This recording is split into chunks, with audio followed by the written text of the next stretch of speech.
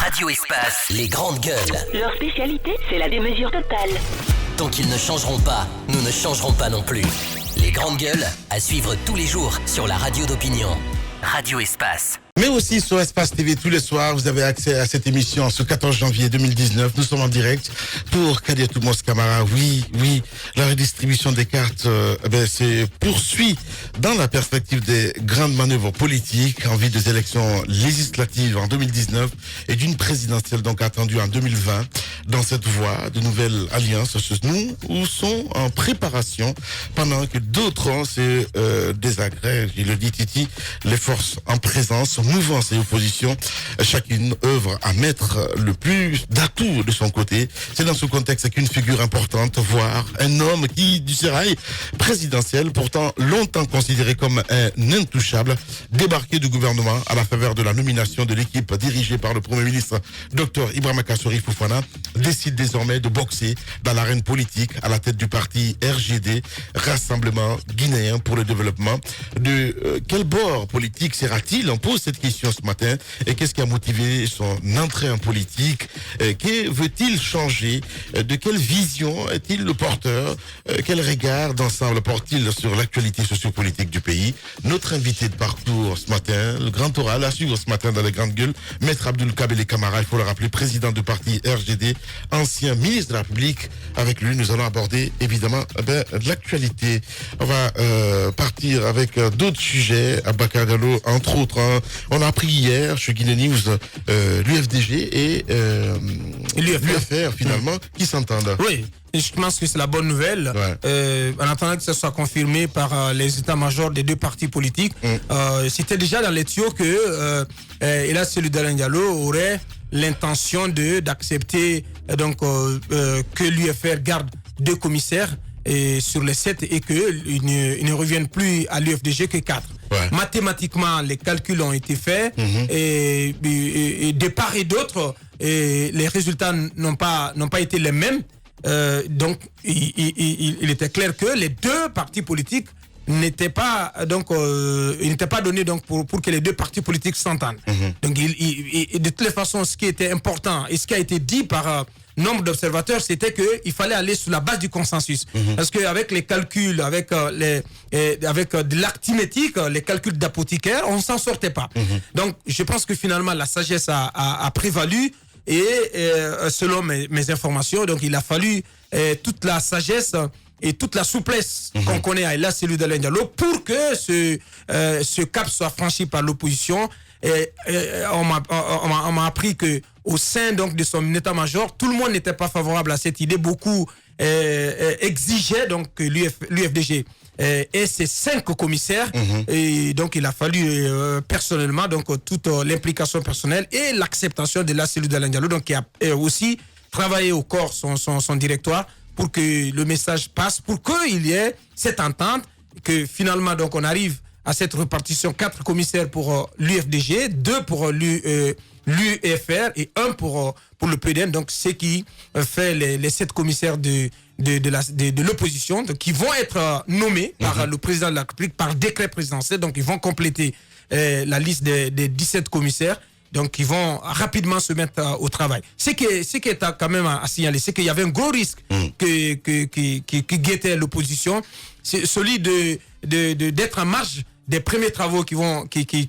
être engagés par la Commission électorale nationale. Nous avons posé la question au ministre Bourema Condé, vendredi, qui nous a dit du point de vue de la loi, c'est la CENI, même partiellement composée, devait entrer en fonction. Donc, il était attendu donc, dans les jours, les semaines à venir, très rapidement, que la CENI entre en fonction, que les 10 premiers commissaires nommés prêtent serment et que dans la foulée, ils mettent en place, ils élisent le bureau de la CENI. Le bureau de la CENI, c'est-à-dire le président, les vice-présidents et pourquoi pas les responsables des différents départements. Donc, c'est une partie importante qui pouvait se jouer sans l'opposition. Ouais. Je crois qu'elle a compris et finalement, elle arrive à accorder ses violences sur cette fameuse clé de répartition. Et je pense que c'est tout à fait en sa faveur. Ouais. Elle qui donc pouvait donc se voir qui pouvait avoir une bonne partie donc de ces enjeux se jouer sans elle. Voilà. Est-ce qu'on peut dire que c'est un bon deal, mon cher Roby?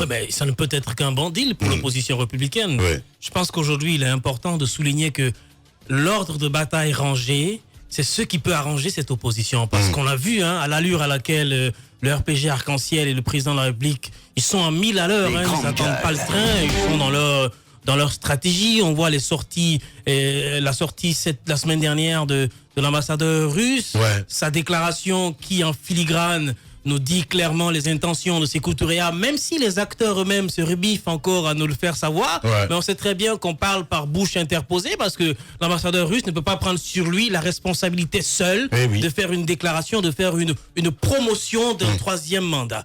Et donc à ce niveau-là, aujourd'hui, je pense qu'il est important, avec ou sans une CENI opposition ou mouvance présidentielle, en tout cas l'UFDG et l'UFR avaient intérêt à s'entendre sur la recomposition de la CENI. Je pense que tout le monde connaît la sagesse de El Hadji Seydou Dalein. Le problème à l'UFDG, ce n'est pas le président El Hadji Seydou Dalein Diallo qui à chaque fois a l'esprit brillant, prend des décisions qui sied à la situation, mais malheureusement il a affaire derrière lui à de véritables caciques, des durs qui parfois eux... Ça c'est dans tous les cas, mon cher ami. Oui mais à un moment donné à l'UFDG il lui faut vraiment des fois taper du poing sur la table pour que des décisions importantes passent. Les caciques c'est nécessaire, franchement on va le dire comme ça parce que mais à un moment il y a donné, eu tellement, il le dit à chaque fois lui-même, le président de l'UFDG qui s'est fait arronner. Dans ce cas-ci c'était pas nécessaire.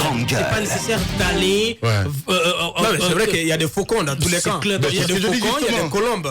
Non, mais il y a des faucons. L'UFDG a ses faucons. Oui, mais les faucons de l'UFDG, sauf que eux, parfois, excusez-moi du terme, ils font dans l'exagération et dans l'utilisation exagérée du zèle. Parce que moi, je peux pas comprendre que vous êtes en face d'un pouvoir politique qui a mis en place une stratégie qui est prête à vous broyer. Et vous, au lieu de vous mettre ensemble pour aller contre ce mastodonte, vous êtes en train de vous discuter sur combien moi je gagne au sein de la CENI. Moi il me faut 5, alors moi je mérite pas 2, je mérite pas 1, je mérite 2, etc. Cette CENI aujourd'hui recomposée avec votre participation, puisque les élections doivent se tenir, c'est de bon augure pour l'opposition qu'ils s'entendent sur la recomposition de la CENI et qu'ils aillent plus fort. Moi, je souhaite encore une opposition beaucoup plus rangée, beaucoup plus forte. Et c'est seulement comme ça qu'ils peuvent gagner la bataille contre quand même un adversaire qui est un cran aujourd'hui au-dessus d'eux en matière de stratégie. L'opposition est en train de discuter sur la question de la CENI. Le pouvoir en place est en train de voir comment, si vous voulez, manipuler la conscience populaire pour faire passer cette idée, cette volonté de troisième mandat. Comment déjà mettre la main, comment déjà avoir la même mise sur cette CENI. Parce que permets-moi de te brûler la politesse. Il ne faut pas oublier que l'enjeu aussi, c'est le contrôle de ce bureau. Je sais que la CENI, quoi qu'on dise, c'est du point de vue de la loi, on dit qu'elle est autonome, elle doit être neutre et tout ça. Mais on sait que dans la réalité des faits, c'est pas vrai. Et vous avez dû remarquer que l'ancien président, Maître Salif Kébé, a gardé son poste et donc est resté à la CENI. Et le président doit venir des rangs donc des deux représentants de la CENI. Donc ce sera soit Maître Kébé qui va être reconduit ou Monsieur Kabinet Sissé, donc qui vient de Cécide du CNOX, donc qui pourrait, donc c'est l'un des deux qui va être président. Et on sait que ce qui se joue en arrière-plan, c'est que Monsieur Maître Kébé pourrait donc garder son poste. Il faut se poser la question de savoir pourquoi on n'a pas daigné au niveau de la société civile du CNOX, pourquoi on n'a pas daigné envoyer quelqu'un d'autre, pourquoi on a préféré garder Maître Kébé. Quelles sont les implications tacites qui expliquent le choix donc de maintenir Maître Kébé au sein de la CENI. Donc, et si tout va bien, il va être reconduit à la tête de la CENI parce qu'il va avoir le vote des représentants de la société civile, le vote des 7 commissaires de la mouvance présidentielle et la représentante de l'administration. Donc, c'est ce qui lui vaut pratiquement les 10. Et imaginez donc qu'il y a un candidat en face de l'opposition, la partie serait déjà jouée. Donc, ce sont des questions le paramètre dont il faut tenir compte, c'est important dans la bataille. ça présage de ce qui pourrait se passer, non seulement à l'occasion des législatives, mais aussi de la présidentielle de 2020. De toute façon, on sait qu'aujourd'hui, les dés sont pipés entre l'UFR et le RPG Arc-en-Ciel et le président Alpha Condé. La déclaration du président Sidi, la démission de Sidi Touré le dit très bien. Aujourd'hui, il faut dire que l'UFDG, si le parti UFDG veut aller vraiment de manière forte aux élections prochaines, puisqu'on a plusieurs échéances électorales qui nous attendent, elle ne peut pas aller sans compter sur un soutien de l'UFR. Et la bataille du contrôle de la CENI dont parle Abaka, elle ne peut pas se faire sans que ces deux formations politiques qui aujourd'hui sont dissidentes, enfin l'UFDG n'a jamais été en amitié avec l'UFR, mais l'UFR aujourd'hui a décidé de quitter le giron du pouvoir en place, et aujourd'hui il est important que l'UFDG et l'UFR s'entendent sur la manière dont il faut mettre la stratégie en place pour barrer la route à une éventuelle volonté de troisième mandat du président Alpha Condé. Donc, la bataille au sein de la CENI, c'est une bataille qu'il faut la mener, il faut la gagner, mais il y a encore d'autres batailles qui attendent, parce qu'on sait très bien comment ça se passe sur l'échiquier politique national. Voilà, et encore, selon toujours Guinée News, Mafoudia Bangoura, Ousmane Gawal Diallo, qui dit l'entente entre les deux leaders est passée sans condition. Ce sont les libéraux, on a en commun une idéologie libérale, donc il n'y a pas de conditions. Non, mais il faut faire attention aussi, il faut pas tout de suite sauter victoire, La jurisprudence, là, on sait très bien que à chaque fois qu'il y a eu entente entre l'UFR et l'UFDG, ça n'a pas fait long feu. Ça, c'est un fait, c'est connu. Donc aujourd'hui, je pense que... Là, on est en politique. Mais oui, c'est pas un accord. Non, c'est pas un accord. C'est pas un accord. L'entente. On dit bien une entente. On s'entend sur une question. Oui, d'accord. Ça ne veut pas dire qu'il y a un projet d'accord ou deux. Il y a un retour d'accord entre les deux. Une entente, de toutes les façons, c'est bon pour les deux. Seulement, la crainte, c'est qu'il faut que cette nouvelle entente soit de longue durée. Il ne faudrait pas que des histoires d'ego ou des histoires de je ne sais pas, de faucons derrière viennent encore entacher cette entente. C'est très dangereux pour eux. Ils sont dans un tournant décisif. Je pense qu'ils ont intérêt à être soudés vraiment jusqu'à la fin de la bataille. Parce qu'une nouvelle fracture, je vous le dis, que le RPG Arc-en-Ciel, une nouvelle brèche, le président de la République ne va pas tarder à rentrer là-dedans, parce qu'il est très fort en stratégie. Allez-y, Mafoudia Bangoura. Alors, ce qu'il ne faut pas oublier, c'est que la lutte, le combat contre un éventuel troisième mandat ne se mènera pas au niveau de la CENI, c'est bien avant, c'est bien en amont. À la CENI, c'est tout à fait autre chose. Maintenant, cette entente, moi, je pense même qu'ils ont duré là-dessus, parce que l'entente là, aucun calcul politique n'aurait permis une solution. Il fallait juste un peu de bon sens, un peu de logique. Parce que à 4, on a 7 commissaires qui sont demandés à l'opposition. L'UFDG a déjà 4. Je pense que l'UFDG, naturellement, peut accepter que l'UFR et le PAIDN se partagent le reste. Rester là-dessus, ça aurait été une volonté, mais ferme, d'envoyer le pays dans un autre débat, mais inutilement, je sais pas, impensable. Donc, c'est bien fait. Ils n'ont qu'à tourner la page parce qu'on n'avait pas à s'arrêter là-dessus. Maintenant, ce qui concerne cette CENI. Aujourd'hui, on se bat pour aller vers cette CENI, d'accord, mais qu'est-ce qu'on attend de cette CENI?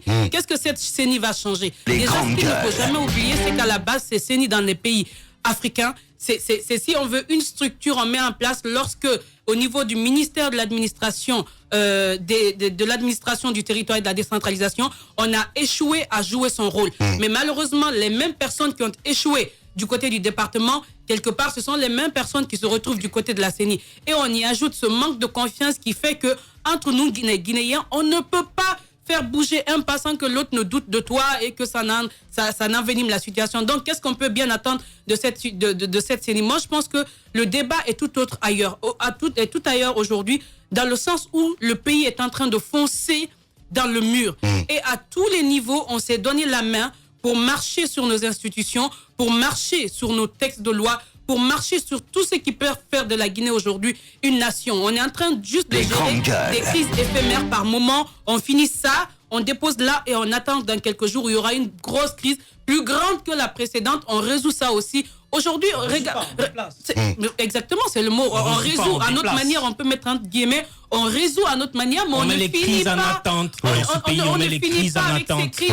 C'est perpétuel. Regardez ce qui se passe en RDC aujourd'hui. Une CENI qui se prononce pour donner la victoire à un président et puis l'autre côté qui conteste. C'est comme pour vous dire que ces solutions, c'est vraiment pas la solution. Et il y a beaucoup de personnes qui ont parlé d'une CENI technique. Déjà, on refuse d'y aller parce que toutes les formations politiques ont envie, ont peur de l'autre. Donc, on a envie que ce soit nos hommes. Mais après, il ne faut pas aussi s'étonner. On se rappelle du cas des... Comment il s'appelle, ce commissaire des NFD Étienne Soropogui et tous les autres. Ils ont envoyé des commissaires. Eux-mêmes, après, ces partis politiques, ils ne se sont pas reconnus dans ces personnes parce que justement, à tous les niveaux, vous me mandatez, mais lorsque moi j'y vais... Non.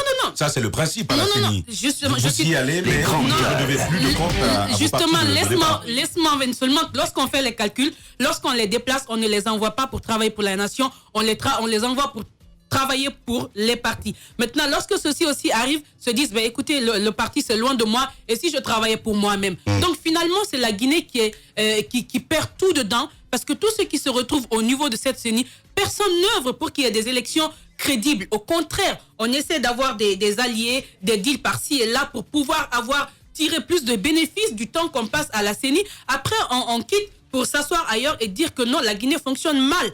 Aujourd'hui, de bout en bout, rien ne nous permet d'avoir des élections crédibles.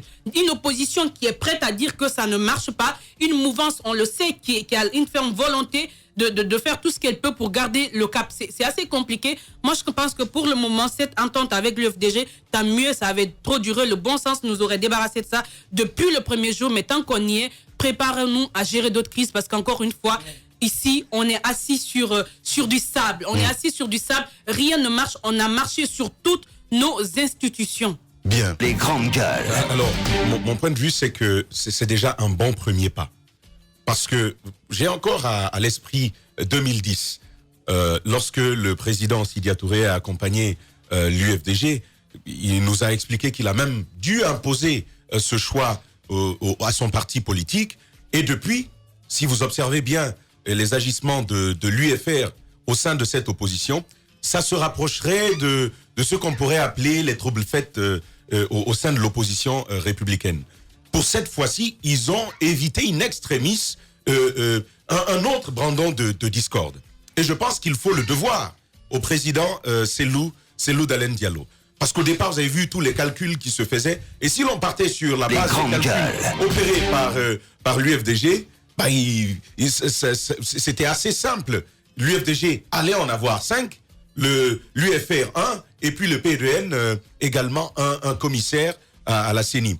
Donc décider comme ça de lâcher prise, comme on dit, et de permettre à l'UFR de gagner 2 voix, parce que je rappelle qu'au départ, ce que l'UFR avait demandé, c'était bien 3 commissaires à la CENI, sachant bien sûr que ça, ce n'était pas possible pour elle. Elle l'a quand même demandé pour finalement rester avec les 2. Mais encore une fois, je pense qu'on doit cette victoire préliminaire à monsieur Cellou Dalein Diallo. Mais il faut dire que c'est un premier pas. Parce que s'entendre comme ça, c'est déjà bien. Et d'ailleurs, moi, c'est ce qui me réjouit. Je pense que par rapport à l'avenir de la démocratie en Guinée, on aura besoin que l'opposition ait, dans une certaine mesure, une même voix. Qu'elle procède d'une manière assez univoque pour éviter qu'on verse dans une situation où on n'aura pas de contre-pouvoir contre M. Alpha Condé. Robil disait, l'ambassadeur russe est déjà sorti, ils disent, attendons d'entendre le président de la République s'exprimer sur le 3e mandat, mais ils n'ont qu'à continuer à attendre. Je pense que ce qu'il faut déjà faire, c'est maintenir cette unité au sein de l'opposition. Le premier pas a donc été de s'entendre sur qui va obtenir combien de places à la CENI. C'est un premier pas. Le deuxième enjeu lié à l'installation de la CENI, Abakar l'a dit, c'est quel rôle est-ce que ces commissaires vont tenir au sein du directoire même de la CENI. Il ne s'agit pas d'avoir des agents sur le terrain, mais d'être là où ça se décide. Si cette opposition n'est pas suffisamment forte au sein de l'organe directif de la CENI, je pense qu'encore une fois, on n'aura pas la garantie que le scrutin, il sera transparent. Moi, je veux simplement... Là, c'est une manière de dire, parce que quand même, on a la mouvance qui a 7, l'opposition qui a 7. Donc, normalement, il ne devrait pas y avoir de problème. À moins qu'au niveau de la société civile et ou du président de la CENI, justement, on ne penche d'un côté. Voilà, je veux terminer en lançant ce message à l'UFR. Je n'ai rien contre ce parti. Vous savez, son président, je l'ai toujours apprécié à ma façon. Mais il faut quand même dire à ce parti de nous éclairer sur sa démarche. De nous éclairer sur sa démarche. 2015, vous vous rappelez, tous les partis d'opposition avaient dit on va boycotter. Mais à la dernière minute, Sidya Touré, il revient, il dit ah, les gars, si vous voulez, asseyez-vous, hein, moi je vais. Et c'est ce qui a amené tous les autres qui ont connu le résultat. Je pense qu'il faut que l'UFR décide de clarifier sa position et sa façon d'agir pour que l'opinion soit un peu située sur... Non, la mine, c'est pas le souci. Oui. Donc, je pense que le demander, ce que demande Tamba, c'est quand même le plus simple exercice qu'on puisse demander. Un parti, chaque fois qu'on le fait, mais on se fait rabrouiller, on se fait taper, se fait tirer les oreilles du côté de l'UFR. Je pense que vous avez remarqué dernièrement, mais du côté de l'UFR, il faut qu'on entende la critique. C'est extrêmement important. Oui, le président Sidya, c'est un grand homme politique, un grand homme d'État que nous apprécions. Oui, mais c'est un peu. Ça ne le dédouane pas. Ça ne le dédouane pas. Ne renvoulez pas. La dernière fois, non, attendez, c'est un peu la. Dernièrement, je disais tout simplement. Dans la balance. Oui. Comprenez. Je disais tout simplement que le président Sidya a un peu souffert de ces va-et-vient. Et ça, je pense que c'est une évidence. C'est partagé. C'est dans l'opinion. C'est quelque chose qui est réel, qui est un fait politique aujourd'hui. Selou n'a pas fait de va-et-vient. Kouyaté n'a pas fait de va-et-vient. Il a pris sa décision de quitter la mouvance présidentielle depuis, il est resté constant. Sidya est allé avec Selou, ensuite il est allé avec Alpha, il quitte Alpha. Donc on ne sait plus finalement où il va aller. C'est cela la question. Bien. Allez-y, Moussa Moussila, bonjour. Bonjour. Bien. Mes condoléances, mon cher Moussa. Un mot? Non. Ouais. On va Par rapport à ce qui se passe, évidemment, hein, voilà, on a appris tard la nuit. Votre avis? Bien sûr. Du côté de la CENI, je pense que s'il faut saluer la flexibilité avec laquelle Cellou Dalein Diallo a bien pu accepter d'avoir 4 commissaires au lieu de 5, il faut aussi saluer le fait que l'UFR ait vu rabaisser ses prétentions. Puisque Tamba le signalait, et ça avait été su, l'UFR, au début, voulait également 3 commissaires, mais finalement, le parti en a eu 2. Je pense que... L'UFR n'avait pas de... Si. Oui. Non, mais finalement, je dis finalement. Mais mathématiquement, parce que moi, je parle... Non, quand vous dites que l'UFR a revu ses intentions à la baisse, je ne suis pas d'accord, Moussa. Si. Dans les calculs, l'UFR n'avait pas 2 commissaires. Non, l'UFR n'avait pas 2 commissaires. Je parle de la prétention affichée par chaque parti politique. La prétention première affichée par chaque parti politique, c'était des prétentions quand même qui étaient au-delà de tout calcul mathématique. Je ne parle pas de ces calculs mathématiques. Je parle de la volonté, la première volonté qui était exprimée par chaque parti politique. Je dis l'UFR, au début, en voulait 3. Maintenant, le parti en a accepté 2. L'UFDG également a accepté de miser sur comment on appelle, sur l'entente, en faisant également le choix de mettre fin à cette discorde qui n'avait aucun sens, parce que c'était au détriment de l'opposition guinéenne. Donc, l'UFDG et l'UFR, je pense que les 2 partis, c'est tout à leur mérite. On ne peut pas dire tel a accepté, l'autre, on ne sait pas qu'est-ce qu'il a fait. Non, je pense que ce sont les 2 personnages politiques qui ont vu le sens de travailler ensemble et d'aller de l'avant, parce que sinon, c'est au détriment de toute l'opposition guinéenne. En même temps, je veux dire... Si on restait dans la logique de l'UFR, on ne serait jamais sorti de ce que je souhaite dire. Ce que je souhaite dire, c'est que ces commissaires vont maintenant être à la CENI. Vous pensez que c'est la panacée pour que nous ayons des élections transparentes dans notre pays? Je vous rappelle que l'opposition était également présente au sein de la Commission électorale nationale indépendante. Mais nous avons toujours eu des élections catastrophes dans notre pays. Les dernières communales doivent quand même être une illustration pour beaucoup d'entre vous, afin que nous puissions comprendre que c'est pas parce que l'opposition, même si l'opposition avait 10 commissaires représentés au sein de la CENI, tant que on met pas fin à toutes ces manœuvres qui consistent à organiser des élections en fonction des desiderata de l'exécutif, nous aurons toujours des élections tronquées. Je pense que ce n'est pas une panacée, je n'ai pas fini mon raisonnement. On prendra l'intervenant et ensuite je souhaite continuer. Évidemment. véritable success story de la radio Espace Guinée, les Grandes Gueules, détentrices des meilleurs scores radio en Guinée, de la meilleure émission talk show, a donné le créneau horaire du départ au bureau et du retour à la maison, récoltant depuis des années consécutives le titre d'émission la plus écoutée en Guinée, toutes catégories confondues. Un grand total de plus de 5 millions d'auditeurs ont été fidèles au talk show Les GG, diffusé jour après jour sur toutes les stations du réseau Adafo Média de 9h à 10h30, un exploit qui restera longtemps dans les annales de la bande FM en Guinée.